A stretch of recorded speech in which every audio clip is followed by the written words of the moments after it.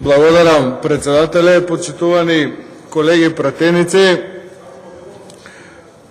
не знам по кој пат од страна на пратениците од опозицијата, од пратениците од Социјалдемократскиот сојуз на Македонија е зборувано, а сега и предложено законско решение со кое што предлагаме да казните во Република Македонија се намалат, а од друга страна да се воведе институтот опомена пред да се пристапи кон изрекување на самата казна.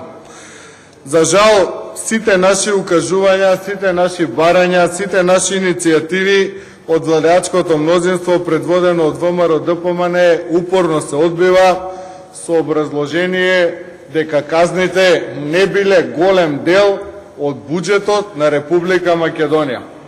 Тоа, колеги пратеници од ВМРО-ДПМН, не ви е некој јак аргумент, затоа што на буџет од 2,6 милиарди евра, 0,5% од казните е огромна сума. Ако тоа го распоредите по фирми, по луѓе и по висина на казни, ќе видите дека не само што казните се преголеми, туку тие казни, фирмите и лицата на кои што ќе им бидат изречени, не можат да најдат начин да ги платат. Им пропаѓа бизнисот, затвараат и одат на бирото за вработување и кај Центарот за социјална помош да земаат помош од државата, наместо да го полнат буџетот со тоа што ќе им работат фирмите. ВМРО-ДПМН од 2006 навака е воведена казнена политика која што се сведува само на изрекување огромни глоби, огромни казни за сите области. И притоа, еве сега почне 7-та година од вашето владење, може ли некој да ми даде анализа од вас, кој што ги браните законските решенија за високи казни, кои се ефектите? За која област сакате? Еве, земете го сообраќајот. Се намалија сообраќајните прекршоци со високите казни.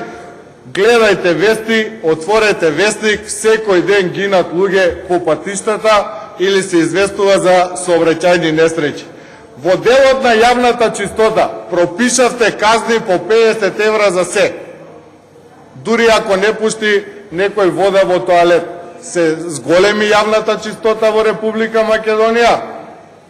Ајде кажете една област каде што сте постигнале ефекти со високи парични казни, па да прифатиме дел од вашите аргументи дека навистина високите казни ги демотивираат луѓето, компаниите, фирмите да прават прекршоци.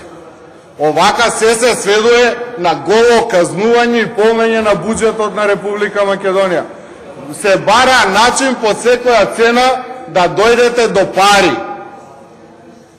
И притоа не бирате на кој начин. Инспекторите од управата за јавни приходи се под постојан притисок од своите надредени да одат по фирмите и да казнуваат. Најмногу ги тераат да казнуваат кај малите и средните предпријатија и тоа на овие компании најтешко им паѓа. Така и за оваа проблематика за кој што го предлагаме овој закон, а тоа е на законот за регистрирање на готовинските плаќања или за издавање на фискална сметка. Ова ние што го бараме нема толку врска како што велат некои колегите со борба против сивата економија. Ајде некој еве и за тоа прашање да ми каже колку ја намаливте сивата економија со високите казни. Прошетајте кај кој сакате пазар во Република Македонија, ќе видите како има сива економија. Дали казните доведоа до намалување на сивата економија?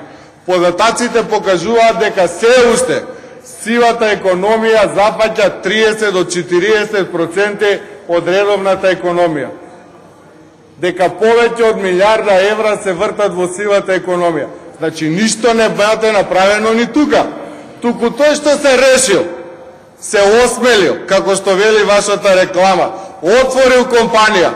Вие одвај чекате да стави фирмата и работното време и одма први муштери му се инспекторите. Ако може да му пишат што е можно поголема казна за човекот да се опамети и да го затвори бизнисот.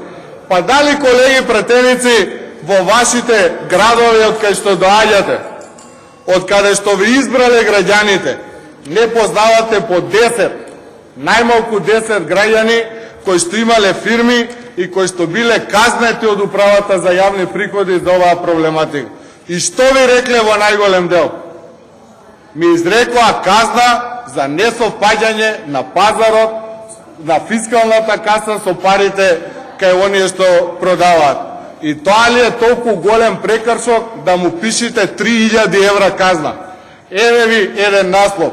3000 евра казна за 80 денари вишок. И ова ли е праведна држава? Ова ли е пазарна економија? Ова ли е давање можност приватниот бизнис да се развие? За 80 денари 3000 евра казна. Кај го има тоа? Ај, пошто многу сакате со Европа да се споредувате, испадните, кажете една земја во светот, кај што за 80 денари се изрекоe 3000 евра казна. Ајде кажете.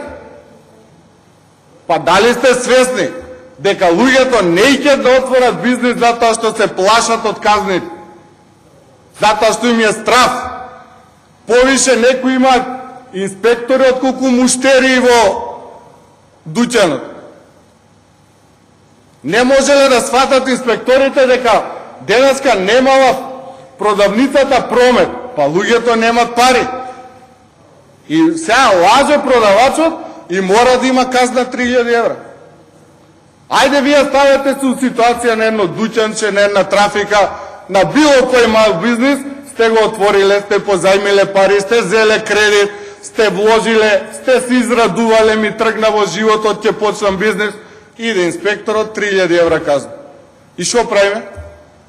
Што ќе прави тој човек? Кај ќе оди? Ки си ја продае куќата да плати казна, ќе земе друг кредит. Тоа ли е правилна политика? И сега нејкете од инат, не од друго, или таква ви е партијска директива, да ги преполовиме казните и да нема затварање на дуќанот.